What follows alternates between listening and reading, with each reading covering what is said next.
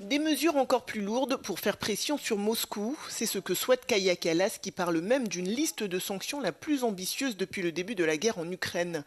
L'objectif de la chef de la diplomatie européenne, augmenter d'un tiers à partir de cet automne le nombre d'entités russes sanctionnées en raison de la guerre en Ukraine. Elle affirme que plus de 1000 milliards d'euros ont déjà été amputés à la Russie depuis février 2022.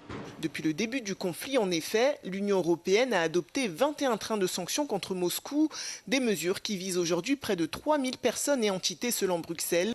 Mais ces mesures suffiront-elles à paralyser une économie russe très résiliente ? Le pays, qui est sous le coup de nombreuses sanctions internationales, a beaucoup dépensé pour financer son effort de guerre en Ukraine.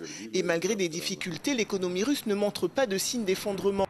Mardi 11 août, Rosstat, l'agence nationale de statistiques, a annoncé que la Russie affichait une croissance d'1,3% sur un an.